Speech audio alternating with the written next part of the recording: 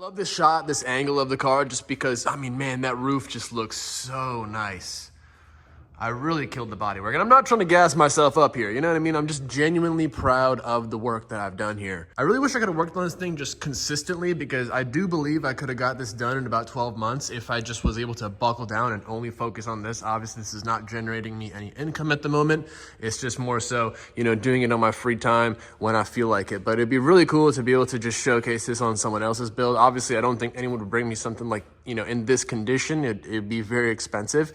But, you know, just even doing like a quick resto like this, I think could be knocked out in like 6 to 12 months easy. So if you guys need any work done, please let me know. I'm currently looking for new customers and would love to see you guys here in the shop. So that being said, let's just go ahead and dive in, man. I'm gonna go ahead and spin this thing around so you guys can actually see what we're working with, because today we are not focusing on the outside or the inside.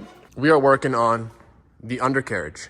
So as you guys were already informed in a couple videos ago, I think, that I already went ahead and put one coat of epoxy primer on here and got about like 80 to 90% done of the seam sealing. Now, I have to go ahead and apply at least one more coat, a nice good coat of epoxy. I think that should be plenty. So I'm gonna keep the talking short. Let's get right into it, guys. Just really quick, all I've done so far is to prep this. We just hit it with some 220 grit and some Scotch-Brite. Just going ahead and taping and masking some areas off, not going too crazy with it just because, well, you know, we're in bodywork stage and there's still a lot of sanding that needs to be done.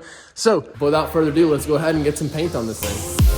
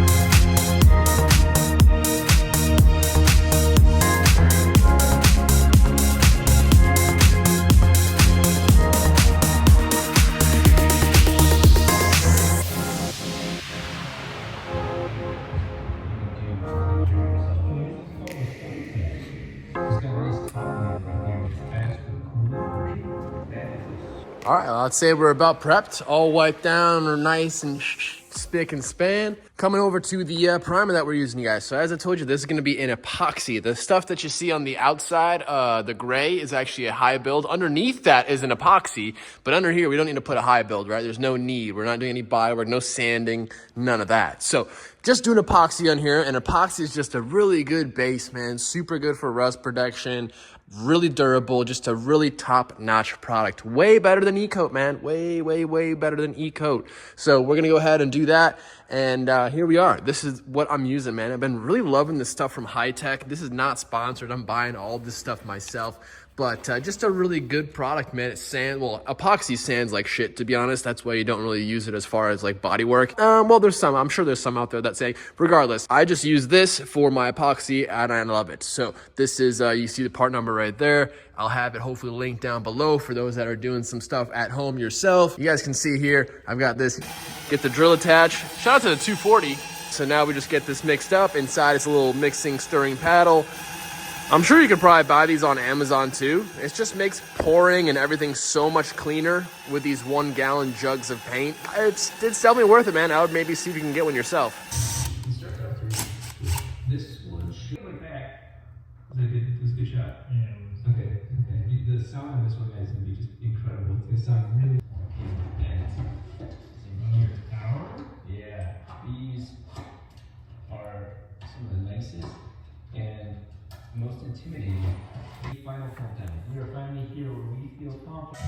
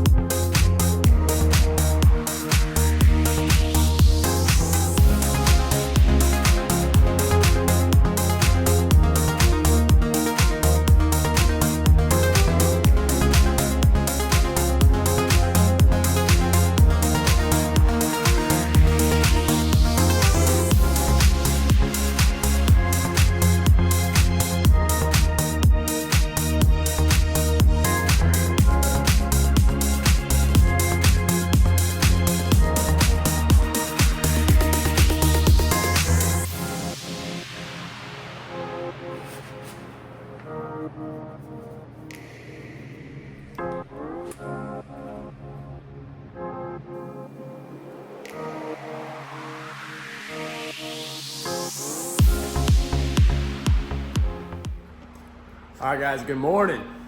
Having my cup of coffee. Car's looking great, man. I got it unmasked last night. As you guys can see, we're looking just good. Painting the underside, bro, like it sucks. There's no sugarcoating it at all. And then going in with painting with like a spray gun, it's definitely a bit of a challenge, but hey, look, we got it done. It looks great, so let's keep on moving, man. Bring you guys up close a little bit just to show you.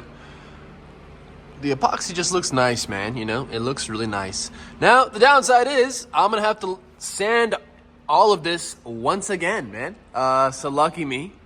But look, that's just part of the process, man. You know, it's just the way it goes. So obviously the next step here is now applying the stone chip. And like I said, guys, I'm gonna walk you through and show you every single product that I'm using. So if this is something you wanna tackle at your own leisure, you totally can, you know what I'm saying? You know, sometimes I just sit back and look at this thing. Genuinely, I'll just sit and stare and just, bro, there's so many times where I've wanted just to scrap this thing, set it on fire, take a chainsaw to it.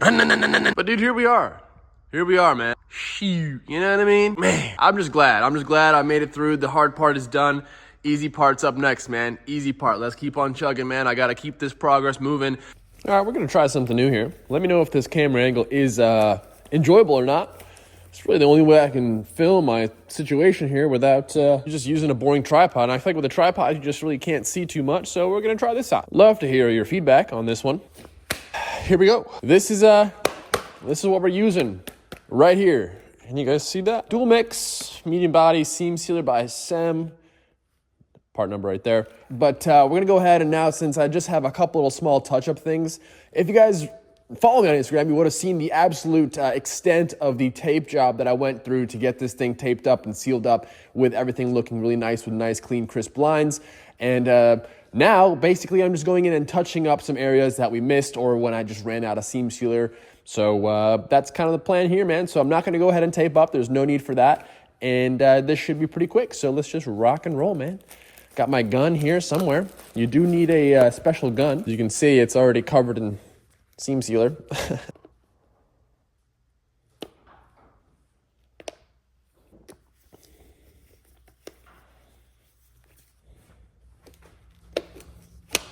Now, if you guys never seen these nozzles before, they're pretty cool. The mixing nozzle here, because obviously you got two parts. This has a hardener / activator in it.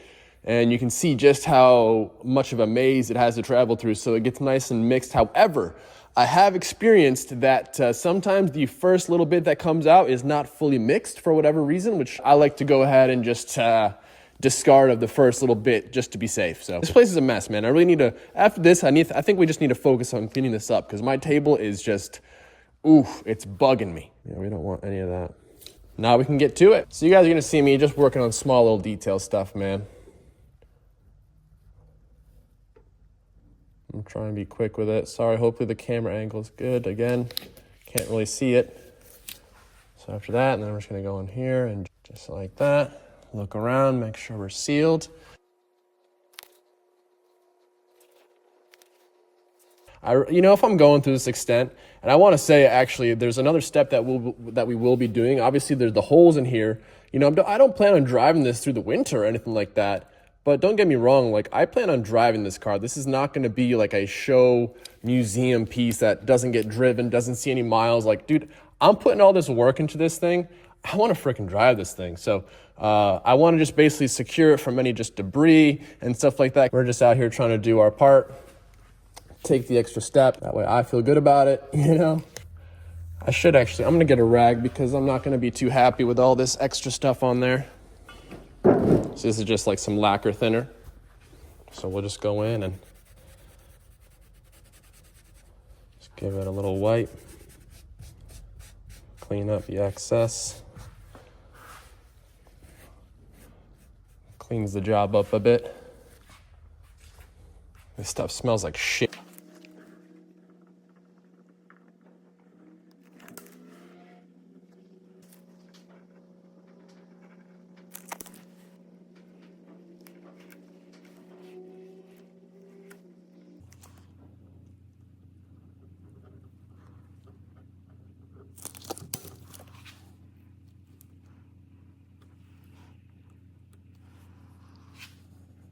What's going on? We're back.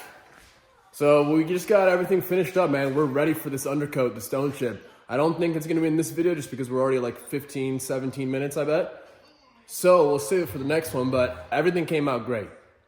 Just absolutely beautiful, actually. So check it out. Check it out. That eggshell white color is just so nice, so clean. I mean, everywhere we look, obviously no rust. Everything was rebuilt.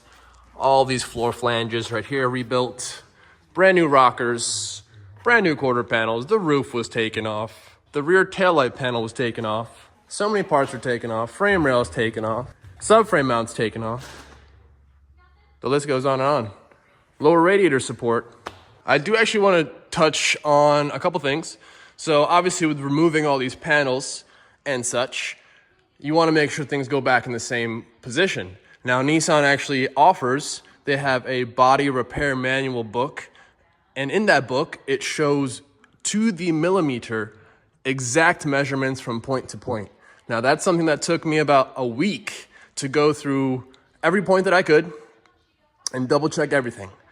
I gotta say, man, it was stressful. I was worried about that, but we're looking good. But yeah, that's definitely something you wanna check into if you're doing something like this. I don't have one of those frame machines at the moment, so you just have to get the measurement stick out and measure everything by hand. So went ahead and just sealed up all these big valleys here in the rail. Everywhere, we just sealed everything up. You guys can see with that seam sealer. I mean, it's a 2-part seam sealer. It's not gummy. It's not gonna peel off. I mean, this stuff is on there for good. So that stuff is top of the line product.